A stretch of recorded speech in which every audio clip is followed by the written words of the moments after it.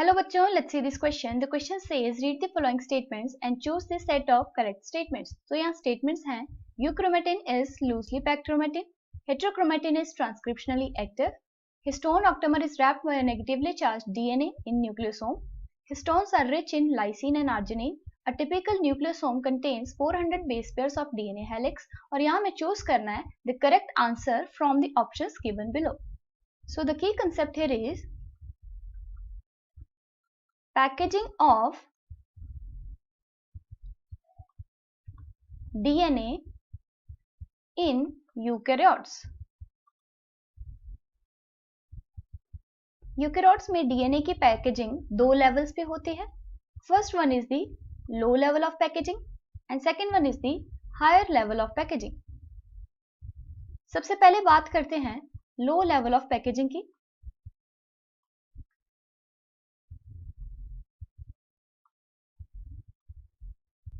क्योंकि डीएनए हमारे पास एक नेगेटिवली चार्ज मॉलिक्यूल है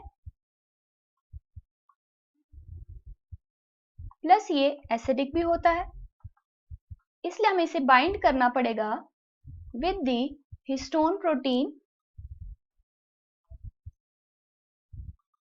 जो कि पॉजिटिवली चार्ज होगा and it is basic in nature. Histone protein को ये बेसिक नेचर प्रोवाइड करते हैं उसके अंदर present amino acid like lysine and arginine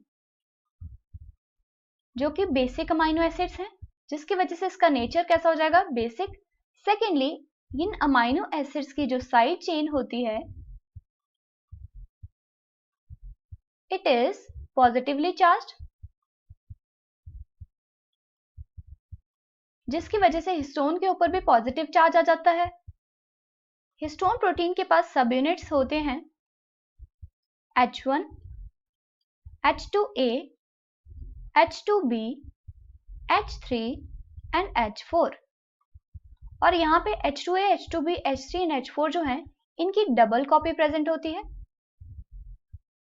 जिसकी वजह से ये एक ऑक्टामर की फॉर्मेशन कर देते हैं जिसे हम कहते हैं हिस्टोन ऑक्टामर.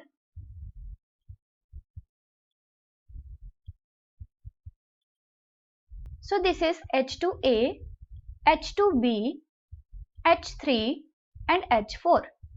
और यहाँ पे H1 इस तरीके से प्रेजेंट होगा जो कि स्ट्रक्चर को स्टेबिलिटी प्रोवाइड करता है और डीएनए इसके ऊपर कुछ इस तरीके से कॉइल कर लेता है. अल्टीमेटली जो स्ट्रक्चर बना है उसे कहते हैं न्यूक्लियोसोम. यानी न्यूक्लियोसोम में क्या क्या प्रेजेंट होगा, डीएनए एंड हिस्टोन ऑक्टामर. और एक न्यूक्लियोसोम में डीएनए के 200 बेस पेयर्स प्रेजेंट होते हैं. न्यूक्लियोसोम्स कुछ इस तरीके की अपीयरेंस देते हैं जिसकी वजह से हम इसे कहेंगे बीड्स ऑन स्ट्रिंग स्ट्रक्चर.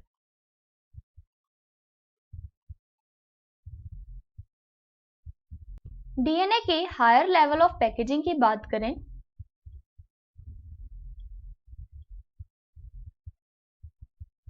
तो यहां पे आके अब जुड़ जाएंगे नॉन हिस्टोन प्रोटीन्स. यानी अब यहां पे प्रेजेंट है histone proteins, non histone proteins और डीएनए, जिसकी वजह से डीएनए की कॉम्पैक्शन हो जाती है. यानी न्यूक्लियोसोम अब कन्वर्ट कर जाएगा into the chromatin fibre. Chromatin fibre further super coil DNA बनाता है जो कि फर्दर कॉम्पैक्शन के बाद बना देगा क्रोमोसोम जो कि इस तरीके से दिखेगा. फिर अब ये जो क्रोमेटिन है ये भी दो तरीके का होता है, हेट्रोक्रोमेटिन एंड यूक्रोमेटिन. हेट्रोक्रोमेटिन में टाइटली पैक्ड डीएनए प्रेजेंट होता है जिसकी वजह से अगर इसकी स्टेनिंग करें तो ये डार्कली स्टेन्ड होगा. दूसरी तरफ यूक्रोमेटिन में लूसली पैक्ड डीएनए प्रेजेंट होता है जिसकी वजह से अगर इसे स्टेन करें तो ये लाइटली स्टेन्ड होगा। ट्रांसक्रिप्शन की बात करें तो यहाँ हेट्रोक्रोमेटिन ट्रांसक्रिप्शनली इनएक्टिव होता है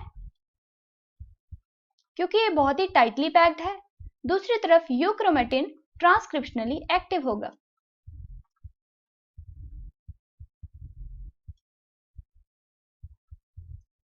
क्रोमोसोम का सेंट्रोमेयर रीजन कंस्टिट्यूट करता है हेट्रोक्रोमेटिन, जबकि जो बाकी वाला पार्ट है वो कंस्टिट्यूट करेगा यूक्रोमेटिन। सो चलिए अब क्वेश्चन देखते हैं। क्वेश्चन में फर्स्ट स्टेटमेंट है euchromatin is loosely packed chromatin, तो ये स्टेटमेंट बिल्कुल करेक्ट है। सेकंड है हेट्रोक्रोमेटिन इज ट्रांसक्रिप्शनली एक्टिव, ये इनकरेक्ट हो जाता है क्योंकि हेट्रोक्रोमेटिन ट्रांसक्रिप्शनली इनएक्टिव होता है। थर्ड स्टेटमेंट है histone octamer is wrapped by negatively charge DNA in nucleosome, तो ये भी बिल्कुल करेक्ट है। फोर्थ स्टेटमेंट है stones are rich in lysine and arginine, तो ये भी बिल्कुल करेक्ट है क्योंकि लाइसिन एंड आर्जिनिन जो है ये इसे बेसिक नेचर प्रोवाइड करते हैं। लास्ट स्टेटमेंट है a typical nucleosome contains 400 base pairs of DNA helix, ये इनकरेक्ट है क्योंकि कितने बेस पेयर्स होते हैं 200 बेस पेयर्स। सो अब क्वेश्चन में हमें करेक्ट स्टेटमेंट्स बतानी है, तो यहाँ पे ए स्टेटमेंट करेक्ट है, देन सी स्टेटमेंट करेक्ट है एंड डी। तो यहाँ पे कौन से ऑप्शन में ये देखने को मिल रहा है, ऑप्शन सी में हमें ये देखने को मिल रहा है A C and D only. So the final answer here is option C, that is A C and D only. Hope you understood it well. Best of luck.